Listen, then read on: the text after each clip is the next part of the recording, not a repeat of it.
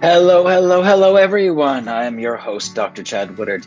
I'm a physical therapist based in New York City. I own my own clinic here called Symbio Physio, and I'm also an academician. I have the privilege of teaching the young, budding, new physical therapist of the world how to do what we do. Welcome to our Global Healthy Living Style event presented by Global Healthy Living Foundation with the generous support of Walgreens. We are thrilled to be back for our third event, and today we'll be talking about an often overlooked yet essential aspect of healthcare. How your pharmacist, how diet, exercise, and mindfulness can play a role in medication adherence and coping with medication side effects. So stay tuned, lots to cover. Medication adherence means taking your medicines as prescribed by your physician, the right dose, at the right time, the right way. It's about sticking to your medication routine and making sure that they're working effectively for you as they're designed to do. Now, as we dive into this subject, I am honored to be accompanied by an incredible panel of experts who are going to guide us on this journey. We have Dr. Alejando Chaoul, Dr. Dorothy Loy, and Ginger Hultin. Each of these professionals, along with myself, brings a unique perspective to our topic, so we can all have a comprehensive discussion that's going to address the multifaceted balances or benefits, of having this balance to our medication adherence. So now it's not just about us talking at you and imparting knowledge. It's also about interaction and dialogue and discussion and community. So as we proceed, we are eager to engage with you all. Your questions, comments, those are instrumental in making this much more interesting and engaging for you and enriching for us as well. So as always, we'll be dedicating some time at the end of our talk here to a Q&A session. And really that only works if there's Q's for the A's. So I want those questions to come in. You can use the chat function, you can type them in, and we'll do our best to address as many as possible. Let's get a practice round right now. I would love to hear, we've got people from all over the place. Type into the chat where you're coming in from. I wanna know where you are, type in your city. I'm New York City, so type that in, and we'll have a contest for whoever's farthest away. All right, so now without further ado, it's time to introduce our first guest. Someone with a depth of experience in pharmacy and who has championed the cause of improving patient outcomes through medication adherence. How on point for tonight. This is Dr. Dorothy Loy. A quick bio on Dr. Loy. With a career spanning over 16 years in healthcare, Dorothy's journey began in academia, and pharmacy. She joined Walgreens in 2007, starting as a pharmacist intern in Des Moines, Iowa. Today, listen to this, she stands as the Senior Director of Pharmacy Services and Patient Outcomes, and she's responsible for developing medication adherence initiatives and pharmacy services that support improved patient outcomes. Dr. Loy, Dorothy, we are thrilled to have you and have you share wisdom with us, and the floor is yours. Thanks, Chad, and thank you, GHLF, for including me in this important discussion today. I am Senior Director of Pharmacy Services and Patient Outcomes at Walgreens. As Chad mentioned, I have over 16 years of experience in healthcare, and I started as a community pharmacist in the Chicagoland area. I knew a career in healthcare was my calling. Kind of early on, I saw my immigrant family struggling to get needed health information and support. So that made me passionate about making sure that healthcare education and assistance was something that was accessible to everyone. I started my pharmacy career to help people in real ways, especially on their medication and health journey. Today, I now lead a team responsible for developing programs and services that help people remain adherent or consistently on their medications. We develop and launch innovative clinical programs that allow pharmacists to really support the communities that they serve, as well as be on your healthcare team. Our team's goal really is to help people where they are to improve their health outcomes. So today, we're going to talk about sticking to your medication routine, or in other words, medication adherence. It's so important, especially for those living with a chronic condition like high blood pressure, high cholesterol, or even diabetes. Okay, so medication adherence means sticking to a medication routine, which starts with getting your prescriptions filled, refilled, remembering to take your medications on time, and understanding the directions of the medication. So sticking in your medication routine means taking your medications as they are prescribed or as the directions say. So that means the right dose, at the right time, and in the right way. Okay, so taking your medications as prescribed is important for treating temporary conditions like an infection, but also for managing chronic conditions, as I mentioned, like high cholesterol, as well as for just having general overall better long-term health and well-being. Okay, so for many people with chronic conditions like diabetes, the stakes are actually even higher. Not taking your medicine as prescribed by a doctor or instructed by a pharmacist could lead to a condition getting worse. Could mean higher out-of-pocket costs, less time with loved ones, higher stress, hospitalizations, and way more. So why would people not take their medications as prescribed? There's a few reasons, and each one usually is personal to the individual, but I'm going to focus on two common reasons today, and we'll actually see what the reasons are that you put into the polling question. So one of the first reasons could be side effects, okay? You may be concerned about potential side effects. Maybe you've experienced side effects, or you've seen someone else, friends or family, face a similar issue. As highly trained and trusted healthcare providers, our pharmacists are here to help you. We can work with you, your doctor, your specialist, or anyone else to evaluate what those side effects are, and then identify if there's an alternative medication or something else you could do to manage the side effects, whether that's a medication or whether that's some other form of relief. Many of our pharmacists actually have undergone additional specialized training to help you manage your condition. So some of our pharmacists have training in diabetes, cancer, HIV, and many more other conditions. These special trainings and certifications are important because it means that we understand how to help you manage your condition on this ongoing journey. And we also understand that all of your journeys are personal. And so coming up with custom solutions for you is important. Another reason that people may not take their medications as prescribed is sometimes there's a lot of complexity in managing multiple prescriptions and multiple medications. When you're taking several different medicines, the chances of missing a dose or not taking them correctly increases. It's just harder to manage. It's more to remember. So getting to a simpler routine or adjusting the dose to your meds is possible. You just need to ask your pharmacist and physician. Now, there's also lots of digital tools that can help you stay on top of your prescriptions and help make the routine a little bit simpler. So using the Walgreens mobile app, you can set up pill reminders. They actually will help you prompt you for when to take your medications. If you have ongoing prescriptions, you can also sign up for a 90-day refill, which will help you stay on track and means you can take less trips to the pharmacy. 90-day fill means you only have to come in every 3 months. If you have multiple prescriptions for you or for your family, you can also save time by signing up for a medication synchronization program called Save a Trip. Essentially, it'll combine all your prescriptions into one visit, so you don't have to come to the pharmacy multiple times. And then if you need your prescriptions promptly or today, you can actually get them delivered same day. So you can go next time you have to refill your prescriptions, order them in the app or online, and select same day delivery. And then know that you can consult with your pharmacist practically anytime. You can chat face-to-face in a store with the pharmacist, or you can use some of our digital tools called Pharmacy Chat, which allows you to have access to a pharmacist 24 hours a day, 7 days a week, anytime and anywhere. Finally, it's important to note that the relationship with medications is deeply individual for each person, and it's usually complex. So in addition to your pharmacist, there's a multi-pronged approach that we should all be taking to manage our medication routine. We can consider nutrition, exercise, stress management, and how that all plays a role in taking your medications as they're prescribed. So to sum it all up, taking your medications as prescribed can really help you get and stay healthy, as well as manage your health conditions. A good starting point is a personal connection with your healthcare providers, specialists, and pharmacist. Your pharmacists are specially trained to help take advantage of all the different tools and teach you how to understand some of the services that are available to make your routine easier for you. And also know that your pharmacist is working with your healthcare team to help you navigate starting, and maintaining a treatment regimen, as well as managing your side effects and everything else that comes along with a medication routine.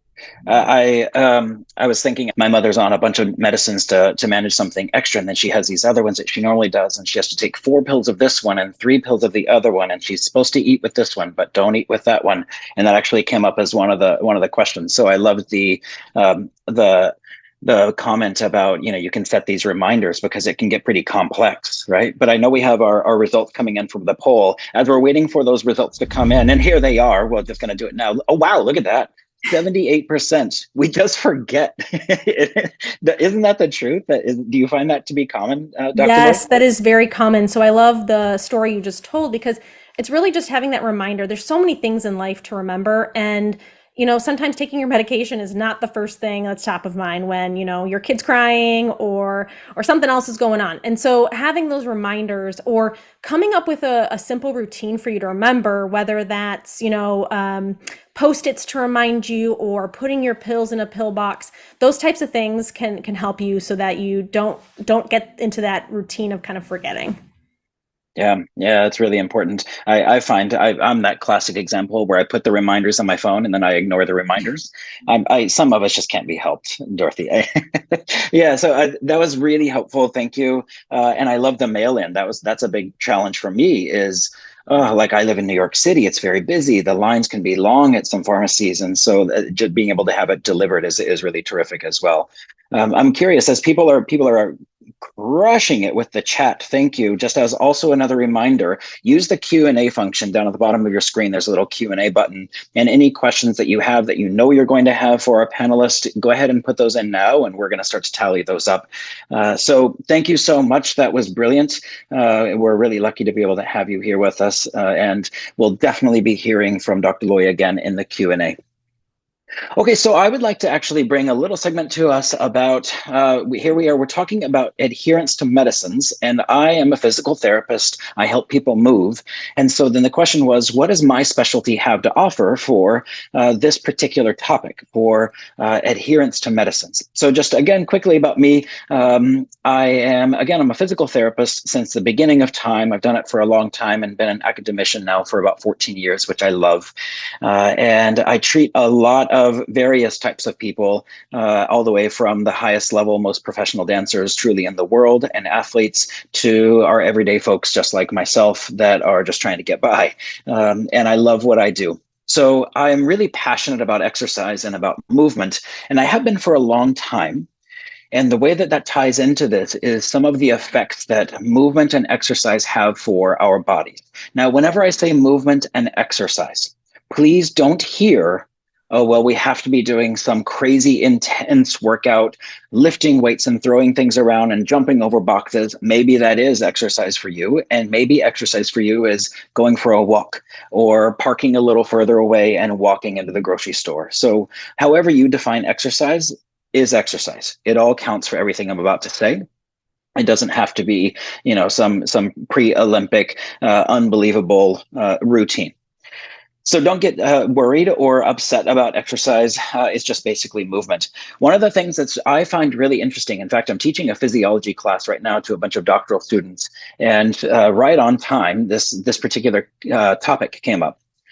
When you exercise, your body actually releases something called BDNF, and that stands for, don't worry, there's no quiz, brain-derived neurotropic factor. Ooh. Who's got time to say all that? So we say BDNF. What does BDNF, brain-derived neurotropic factor, do, and what does it mean? Neurotropic means it builds, it grows, and brain means brain. So when you exercise, whether that's walking, taking the stairs, jumping over boxes, whatever it is, your body actually creates and releases more of this BDNF. Now, why is that so exciting, especially for the topic tonight, is when you have more BDNF floating around your system, it actually helps neurons grow. And neurons are the cells made up of your brain tissue. So not only does it make you feel better, it actually helps your brain grow and mature and helps new neurons fire. So it makes us happier, it makes us more joyful and more energetic, but it actually helps us remember, which is right on target with our poll that said, oh, I just forget. So having a regular movement practice over a little bit of time actually does help us with our memory and our cognition and just, oh yeah, I'm supposed to be doing that thing. So how about that for a shameless plug for exercise so far from Sporty Spice, Dr. Chad Woodard. The other thing that I think is really interesting with this is your brain needs a lot of energy, a lot of oxygen, and a lot of glucose. In fact, your brain, the place where we do our memory and remembering things and doing things like staying adherent to an exercise, look at me, staying adherent to a medication protocol, you need your brain to be kind of top notch, and it needs a lot of circulation. So here's some fun facts for you to bring up at your next holiday event. When we exercise, it increases circulation, and we know that our heart rate gets up a bit, and so blood is pumping a little bit more through our body. Here's a fun fact for you. Did you know that you have enough vasculature or blood vessels in your body that if you took them all and you laid them all out in a line, all of your blood vessels just inside your body, that line would circle the earth more than twice? That's a lot of blood vessels. I'm not going to guess how many miles that is, but it's a lot. So we have so much vasculature and so many blood vessels to fill up that whenever we exercise, we start kind of sloshing stuff around and we start rechanneling all of that blood flow through that double the equator worth of distance for the blood to flow. Now, why is that interesting? It's because you have all of this vasculature, all of this tubing, if you will, that can house blood, but you don't have enough blood to fill it all up at once. Nobody does. Here's another fun fact for your next holiday event. You have the capacity for about 5 liters of blood or 5 liters of fluid through your entire system. 5. But you only have 2. You have 2 liters to go around in a tank that fits 5. So the body has to then decide, ooh, I don't really need as much blood in my legs right now because I'm not walking up and down stairs. I need some blood in my tummy because I just ate a burrito. And so a lot of that 2 liters goes to your belly because it's burrito time. You know what I'm talking about.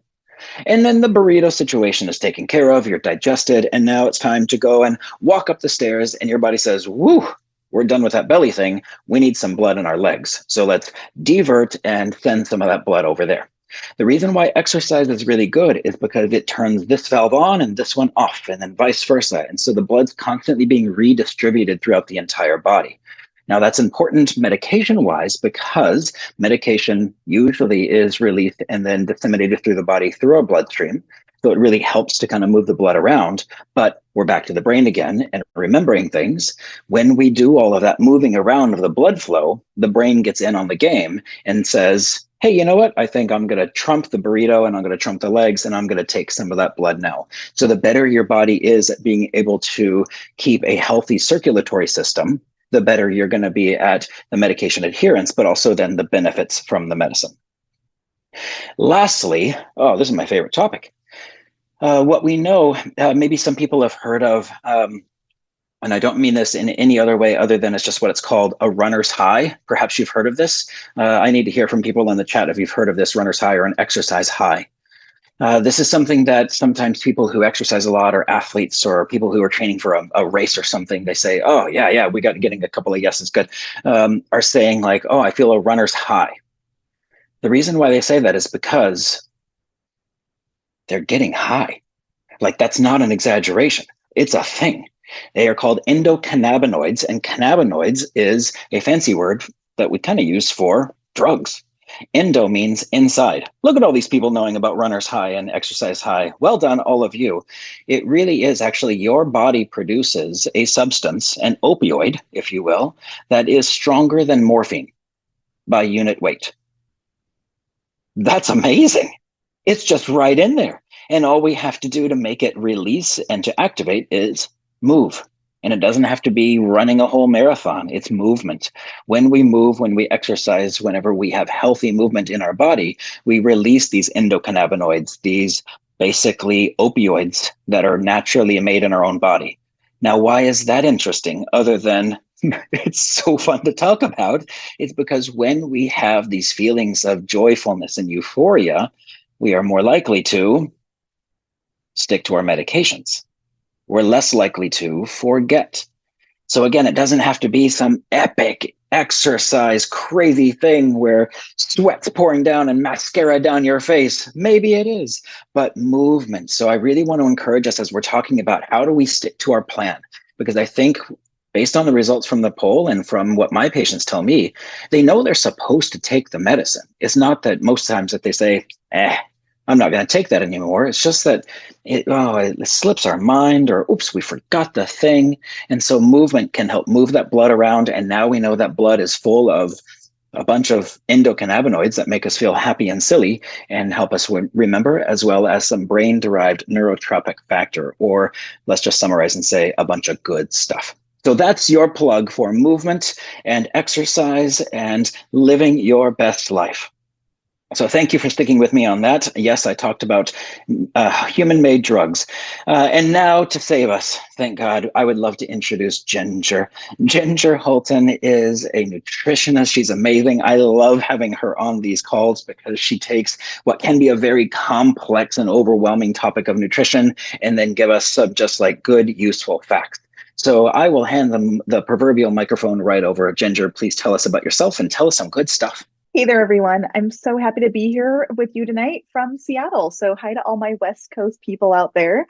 I'm a registered dietitian nutritionist. I have a master's degree in nutrition. I'm working on my doctorate degree in nutrition because I love nutrition. And one thing that I love about nutrition and the way that I interact with it is I'm an integrative practitioner. So I talk about food all the time, but I also talk about like, how does that overlay with your ability to exercise? How are you taking your supplements? I'm forever thinking about, okay, this interacts with this. And when are you going to take your medications? What did your pharmacist say? So really, we need to take this holistic approach. And I'd love to just jump right in and talk about how I help my clients. I run a virtual practice. It's under my name, Ginger Hultin Nutrition. I work with people all over the country, and my specialty is complex chronic diseases, especially cancer. A lot of my patients are taking a lot of medications and supplements, and sticking with them is absolutely critical for their health. But one thing that I really want to talk about today is how your diet can help enhance that, help your medications work, and how you can also just work on remembering. I mean, does anyone forget to take their vegetables? Does anyone have a hard time grocery shopping and planning? That's something that I talk to my clients about all the time. So let's just talk a little bit about how integrating a healthy diet, consistent exercise, thank you, Dr. C, and stress management, it actually can enhance the effectiveness of medications. So I tell my clients all the time, you cannot eat healthy food or enjoy your food if you're feeling really chaotic. You can't take your medications the right way if you don't have a plan. So I'd really like to talk a little bit about the importance of planning and preparing in the way that you organize your health. So let's just say that your goal is to eat more fruits and veggies. We can't just wish that to happen. We need to think about how to put it into practice. So what I have people do is I have them think about their week. If a week is overwhelming, maybe think about a couple days. Personally, I got into the practice in the pandemic, actually, of going to the grocery store once a week. And that means that I had to be very prepared, make a little meal plan, know what I was going to have so that I wasn't constantly running to the store. I live in the city. Running to the store is really hard. Some of you live really rurally. Running to the store is really hard. So it's better to be prepared and be organized. And that goes for medication too. So the first thing I do is have people make a plan, think ahead, and the time and effort that you spend doing that actually saves you a lot of time and effort later in your week. Then I move into preparing, make your grocery list, get some support with that. Think about the veggies that you're going to bring when you get them home, and then take the time to chop them up, because I hear 100% of the time that people's kids, they can't get their own veggies because the kids are taking the veggies out of the fridge and they're eating all the apples. And like, when things are ready to go, the whole family is eating them. And so it just really leads to healthy outcomes. But if there's like a whole head of lettuce or a whole carrot, it's not as exciting. And then if it's like cut up and all ready to go in these cute little glass jars that I've got pictures about for you. So, organizing, planning, preparing, getting that pill organizer, thinking about what time you need to take your medications, when you need to eat, those kind of things are really, really important for your day. So let me show you a couple resources that I have on my site. You're welcome to go over there. They're free for you. It's gingerhultinnutrition.com. And what you'll see is a sample anti-inflammatory shopping list. So what I find really helpful is just organizing your brain around when I go to the grocery store. A lot of times it's pretty overwhelming. What do I need in the produce section? What do I need when I go down the center aisles? What am I doing in the dairy section? So just like having that, checking a box and knowing what you need for a healthy, balanced diet can be really an important place to start and help cut down on food waste, saving you money, and also trips to the store. And then I also just wanted to show you an example of what a weekly meal plan might look like. I use this for myself. I use this for all my clients all the time. So if you need a grocery shopping list or you need a weekly meal plan, it's got those empty boxes and you can just fill it out. And if you're having a hard time getting your family on board, include them, ask them what they like, have them pick a day, right? And so I love just getting everybody involved so that it's not just falling on one person in the family. So what I like to do is just plan out a week of recipes and then shop. So find recipes with similar ingredients, because what I don't want you doing is like 7 different breakfasts and 7 different lunches and 7 different dinners. It's so overwhelming. I wrote an anti-inflammatory diet meal prep book. It's by Ginger Hultin, me, and it really is all about how to exactly meal prep and plan so that everything's super simple and you can just streamline your life. So this is really the way that I look at the world of nutrition, because again, you can have all the knowledge in the world, but you have to be able to put it into place. So what I like to do is like, when I talk about meal planning, it's like choose 1, 2, maybe 3 breakfasts, a couple snacks a week, rotate a few dinners, loop them up into lunch. And so you're not doing 7 of everything. You're mixing and matching, reusing ingredients, cutting down on food waste, and saving yourself time, money, and stress. So that's the way that I look at planning out your week and shopping. But I've mentioned anti-inflammatory diet a couple times, so I wanted to talk about that really quickly as it relates to medication and adherence and just helping your body work optimally. And then we're going to play a game, because if you know me, I've been here before with you. I love polls. So we're going to do a little guessing game. So let's talk about anti-inflammatory diet, though. When you eat a whole foods, plant-based, I like that term because it doesn't mean that you have to be vegan or vegetarian. Those things are great, but it's not for everybody. But if you are plant-based, that means you're eating more plants, you're eating more fruits and veggies, you're getting your vitamins and minerals from food. That can really help you with a lot of things that you might be taking medications for. So a lot of my patients are taking medications to control blood sugar or blood pressure, for pain, for wound healing, for mental health, for digestion, sleep, for fitness. Dr. C was talking about, even for the immune system. I mean, we're talking about that this time of year. And so the food that you're eating and the timing of the food and being organized can really help your body work better. It can help work on your side, right? There's a lot that you can do with your diet for blood sugar or blood pressure, for example, that can really help those medications too, so that you're working all in the same direction. And so I really like to think about an anti-inflammatory diet, your health. It is blood sugar balancing. It is anti-cancer. It is mood boosting. It is good for digestion. So there's just a really lot of things you can do through nutrition. And an anti-inflammatory diet can help very, very, very much. And it's a big area of my expertise. So I just want to test your knowledge and play a little anti-inflammatory game. But there is a caveat, as you're probably starting to know the more time you spend with me. Nutrition is pretty complex. And I can't just tell everyone to do the same thing, because there's a lot of nuances and all of my patients have different needs. That's why I love working one-on-one with people. So let's take wheat, for example. Some people are allergic to wheat. Some people have celiac disease, for example.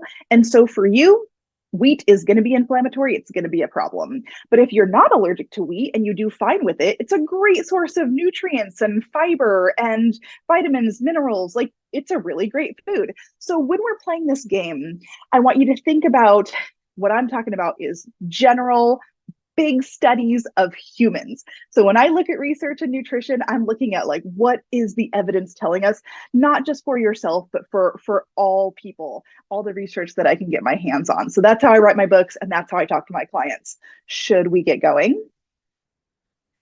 All right, the first one, I had to start with a biggie, and I'm starting with soy. Soy can cause inflammation or is inflammatory. Is that true or false? Let me know what you think. And I'm so excited to see, because there's a lot of chatter about soy in the research. Of course, I work with cancer, and in the cancer world, there's a lot of chatter about soy. And so people have a lot of opinions, but what I tell folks is, I'm a registered dietitian. I'm coming to you with the facts. So we'll see if those are coming in, and then we'll see what you all think. 50-50. Oh, I'm so excited. Soy can cause inflammation. When you look at the big picture and you look at the research on humans, it is actually false. Soy isn't shown to be inflammatory at all. It has a lot of anti-inflammatory properties. It has some amazing antioxidants, some cool bone health properties. It's rich in calcium, tofu that is, and really amazing for protein. So I always tell my clients to eat soy if they care for it, which I really like it. Okay, I've got more controversy coming. Let's play the next one. True or false? Wine causes inflammation. And I very specifically put a picture of red wine for you. And up here in Washington State, I actually live in wine country. And I talk about this quite a lot with people. What we could rephrase this to actually is really all alcohol. I wanted to put a picture of alcohol, but wine has some very specific, interesting research. So what do you guys think? Does wine and alcohol cause inflammation? Yes or no? True or false? I can't wait to see if we're 50-50 again.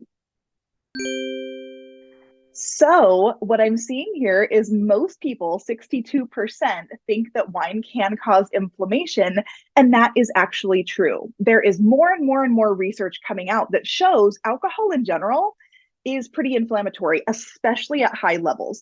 I'm not saying if you have a glass of wine here or there that you're going to be experiencing inflammation. That is really not the case.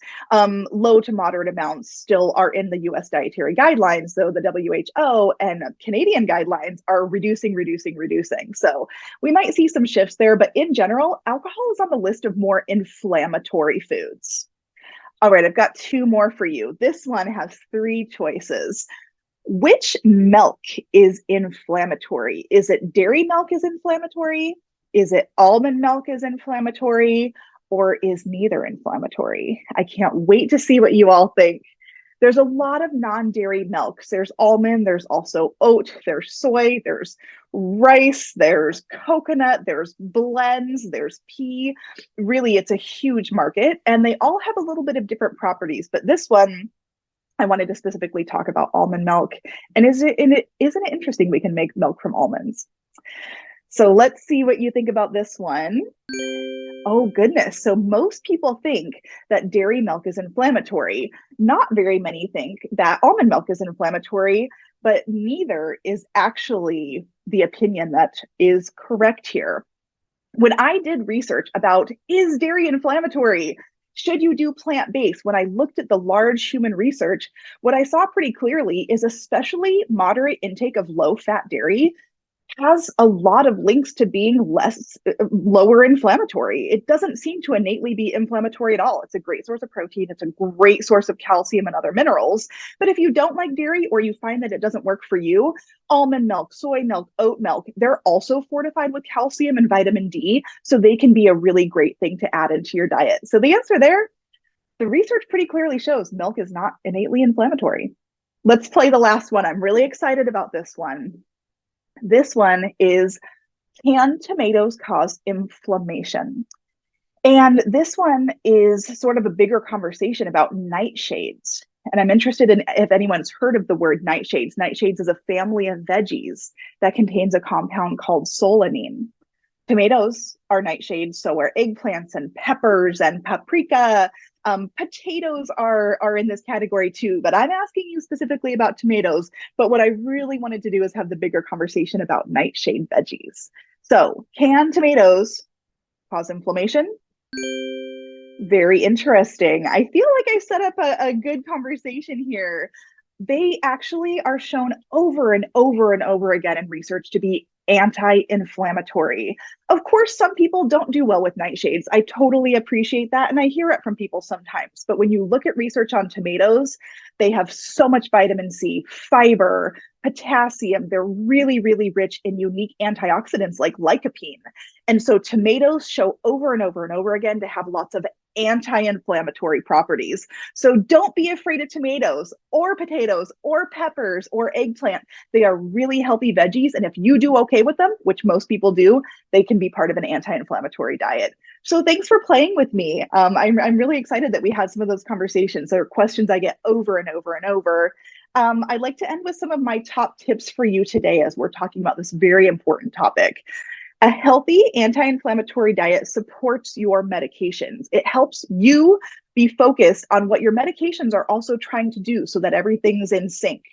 You need to use planning, organizing, and prepping to support your health, whether that's trying to remember medications most of the time or hopefully all of the time, or even just having the food, the healthy food that you want to eat in your house, prepped and ready to go, so you can just grab it out of the fridge.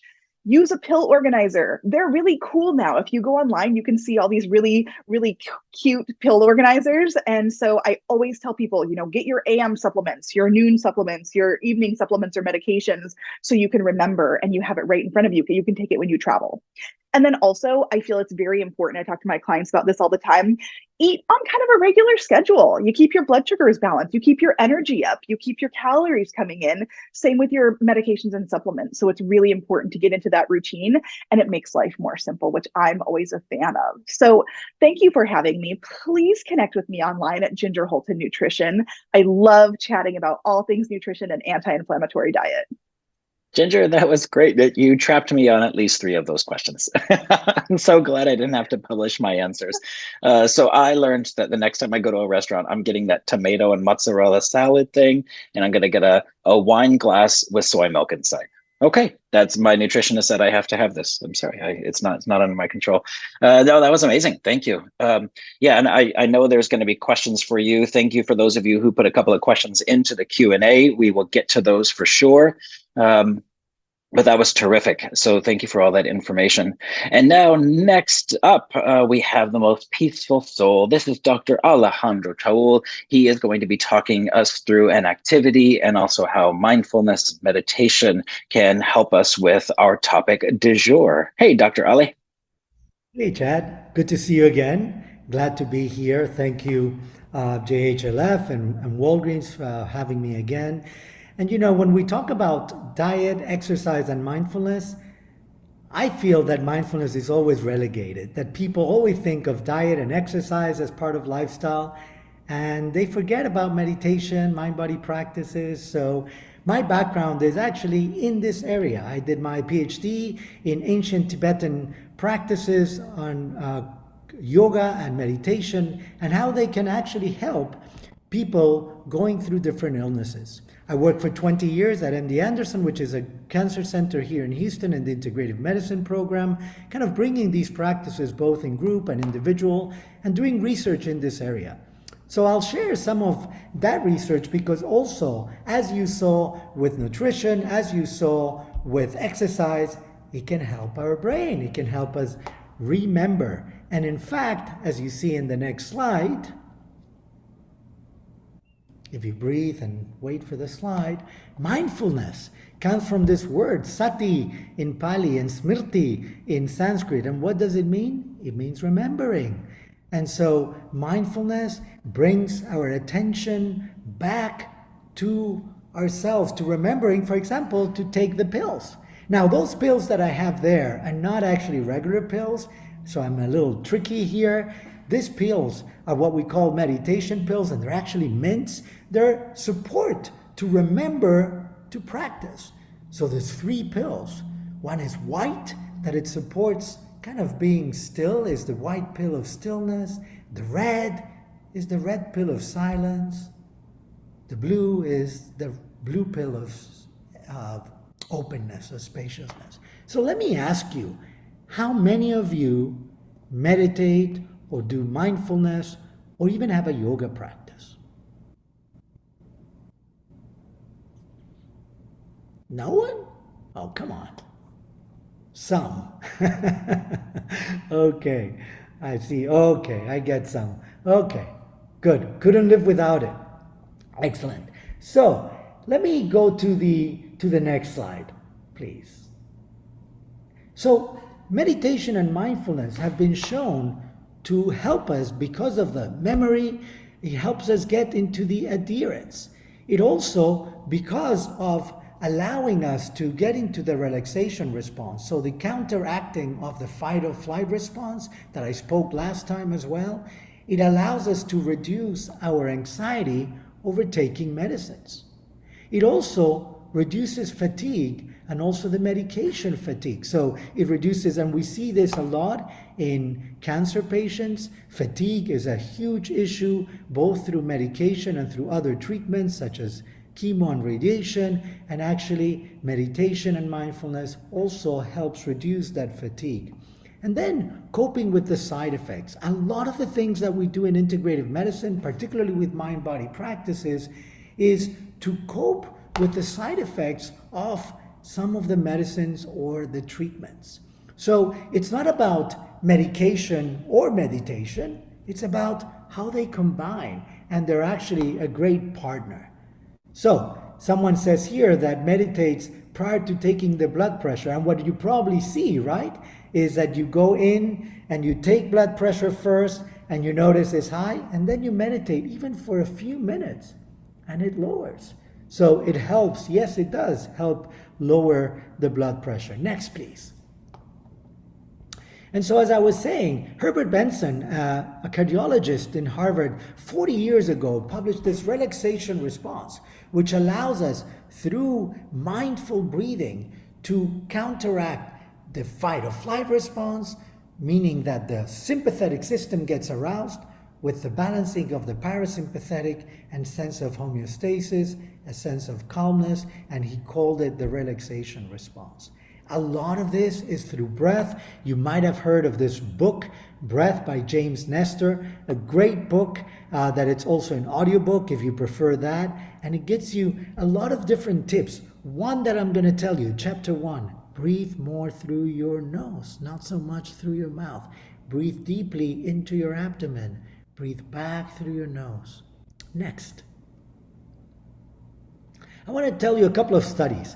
So as Chad was saying, with exercise, with meditation and mindfulness, you can actually increase the brain function, but also, hear this, the gray matter. So it's almost like going to the gym.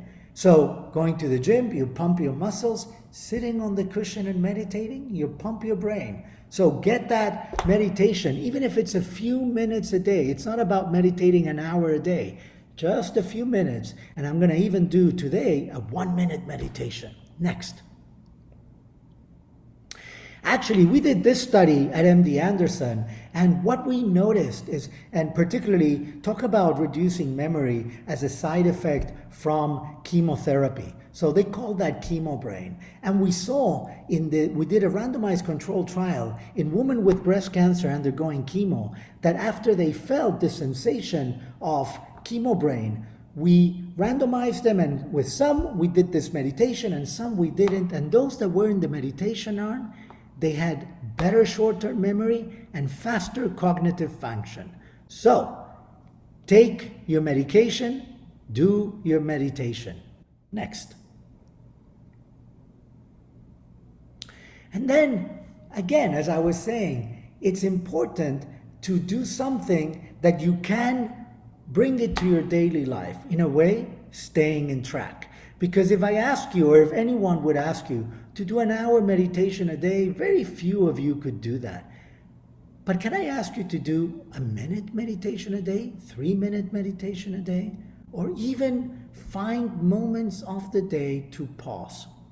And what better way to pause than to use the stop formula? So you don't have to read all the way there and to lean into the computer. Let me give you this short meditation. So whatever you're doing now, S is stop. So just stop for a moment. T is take a deep breath. Deep breath means through your nose, into your abdomen, back through your nose. And O is be open and observe. Notice how you're feeling as you're breathing. P would be to proceed, but not yet. I think we need a few more breaths. Take another deep breath into your abdomen. Maybe bring a hand into your abdomen. Feel the breath expanding your abdomen like a balloon. Breathe out through your nose. Open and observe. Take another deep breath. And one last time.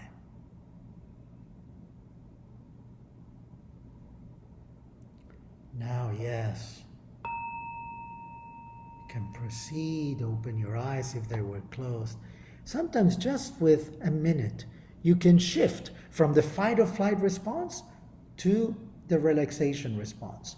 One other way of doing something really simple, it's inhaling through the nose, exhaling through the mouth with a sigh. Something like, oh. Do you want to try it together? Oh, let's do it one more time. Oh.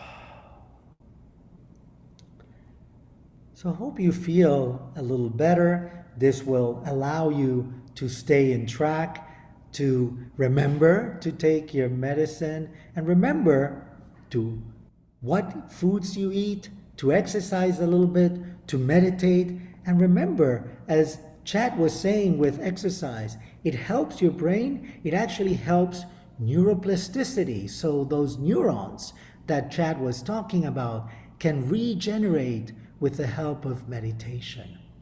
So, last slide. It's a thank you and an evolution, to get back to sitting. Take a moment to sitting once in a while, but sitting with full presence.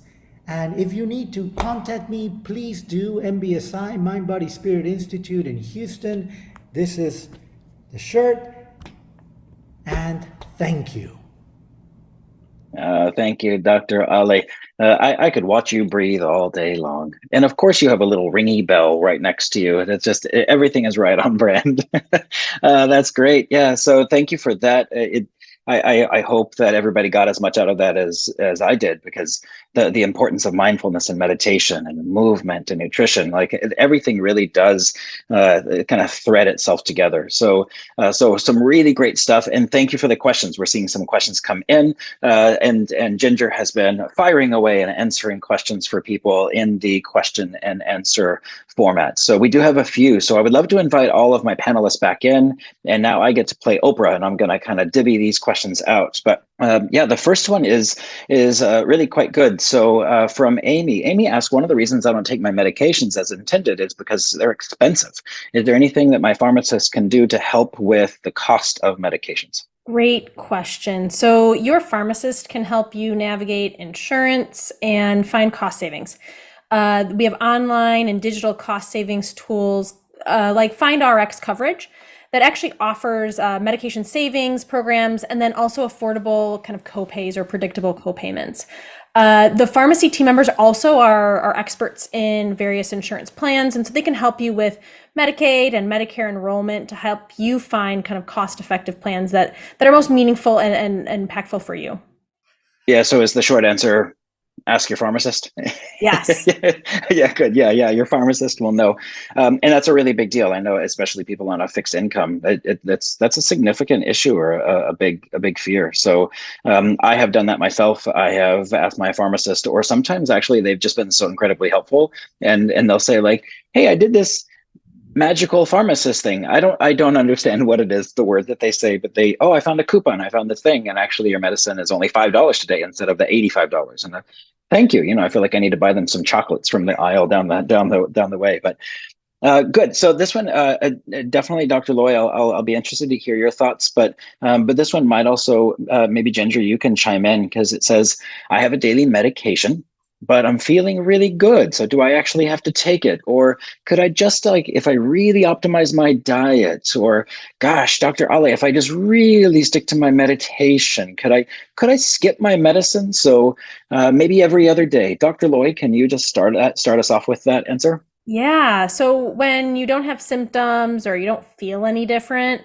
a lot of times when you're starting or stopping that medication, you might see that as a reason to not take it, right? You don't feel any different, so why take it? For example, maybe if you have a chronic condition that's under control, you may think that everything's resolved, so why continue? But you're prescribed the medication for a reason, so not taking it could have consequences, could make you revert back to not having a controlled condition, not having controlled blood sugar or blood pressure. And so before you want to stop any kind of medication, you really should talk to your pharmacist or physician to understand why maybe you aren't feeling different. And they can help you determine if a different dose is appropriate or a different frequency is appropriate. And really they can help you figure out kind of how to stay on that strong routine and maintain that medication routine for yourself. Yeah, great. Okay, I great. wanted to add, yes, I totally agree with Dorothy. It's always about consulting your physician. However, we're talking about diet, exercise, and mindfulness. And we have seen that through these, you can change the dose, actually sometimes reduce the dose of your medication. And so what you do is you talk to your physician or your pharmacist and you see, hey, I'm doing this. Check your blood pressure, whatever it is that you have, and see if through lifestyle, through nutrition, exercise, and mindfulness, you may be able to improve and not necessarily totally get off the medication, but at least reduce the dose. Yeah, great. Ginger? I get asked this all the time. It's a really, really good question. And I'm a dietitian. I love food and I also know the power of it, and it's very powerful. However, I wish I had a dollar for every time I said, do not stop your medication. Go talk to your doctor. It's really, really important because, the things that I do with nutrition, people that have diabetes, so lowering blood sugar, lowering blood pressure, cholesterol, you can't feel those medications. It's not something that you're typically going to have symptoms from. So you could be having sky high cholesterol and not know it. Your blood pressure could be all out of whack and you don't realize. So I really, really tell my clients, let's do everything we can with nutrition. And there's a lot we can do, but we have to work with your doctor. And if you want any medication changes, you need to be working with them and me. And that's how we help look at somebody holistically. Yeah, beautiful answers. You'll see a Q&A just popped up for you to vote on, which reads after today's chat, which area are you going to focus on to better adhere to a medication routine? So if you can answer that, and we'll bring those answers up before we leave. And that's, I think, kind of on the same vein. There's a couple of other questions of, well, what if I split my pill in half? Or what if I don't take it exactly as was prescribed? Or my favorite, and perhaps everybody else will chime in on this, my favorite is whenever a patient comes in, they say, well, listen, I read on Google. I'm like, uh-oh, here we go. What did you read? But I understand, because I'm the same way. Of sometimes we're like, well, if I tweak it a little bit, and I think that it has been addressed, but there can be some pretty serious side effects to us kind of going, I don't want to say against medical advice, but being a little creative with our medical advice. Things can go sideways pretty quickly, right? I mean, can we get at least a vigorous nod from the rest of the panelists on, or a thumbs up, an enthusiastic thumbs up? Yeah, very good. ChatGPT. I can ask ChatGPT if I need to take my medicine. Perfect. Yes, and no more bad ideas from you, Dr. Ali. So yes, the adherence is great. And so sometimes I think, a cost-cutting measure is maybe I'll take half of a pill. And so Dr. Loy, have you heard that of like, well, I can't get to the pharmacy, or it's expensive. So like, what if I just took half for a couple of days a week, and the problems with that? Yeah, we've heard, half a pill, or maybe if I just take it every other day, that'll be a good enough. So, I mean, doing that really is you are not adherent and you're skipping doses, and you may be taking a medication at the wrong time, or just not even taking it at all. And again, we're not here to tell anyone that you're doing a bad job, because no one's perfect, and perfection actually isn't even what we want. Our goal really is to encourage you to have a trusted personal connection with your healthcare provider and your pharmacist, So you can establish that medication routine that works for you and get to the point where you're comfortable taking your medicine as prescribed as it should be. And so it's most effective for you. Yeah, well said. Well said. So I'm excited to hear what our results were from the final question. There's a great comment in here from Joseph whenever we ask, are you meditating? And Joseph says, not at all. Nervous emoji. So don't you worry, Joseph. We got your back. But oh, come on. Look at how nice everybody says all of the above, 74%. So we have done our job. Yes, well done, panelists, because that means that some people perhaps need a specific focus on of the individuals. Dr. Ali, you convinced the most of all of us to add in some mindfulness and meditation, and that's incredible. But yeah, all of the above. Go and chat with your pharmacist if cost is an issue, or can I adjust things? Like pharmacists go through unbelievably intense, robust training. They know so much about medicines and plans. If you have access to an amazing nutritionist like Ginger, then ask her. But thankfully, Ginger likes to write things down for us. And so like grab a book. I learned quite a bit tonight from you, Ginger, as well. And people have been meditating since the beginning of time for good reason. So incorporating that as well. And of course, movement. But I want to thank all of these panelists who are unbelievable experts in their fields, coming in and sharing their expertise. I certainly want to thank all of you for tuning in, or if you're watching this after the fact, it's amazing to have you, and hopefully you learned and can take this advice. Of course, we want to thank Walgreens for their generous support and everything that they're bringing to us and to this community. And of course, to GHLF for hosting this and getting us all together. Thank you. Enjoy your evening, go meditate, have a glass of milk, say hello to your pharmacist, give them a high five. They want it. Buy them a chocolate if they give you a coupon, and go and take a flight of stairs if that's an option for you. Until next time, we all thank you for your time and your attention and for your dedication to living your best life. Have a beautiful, beautiful evening. Bye-bye, everybody.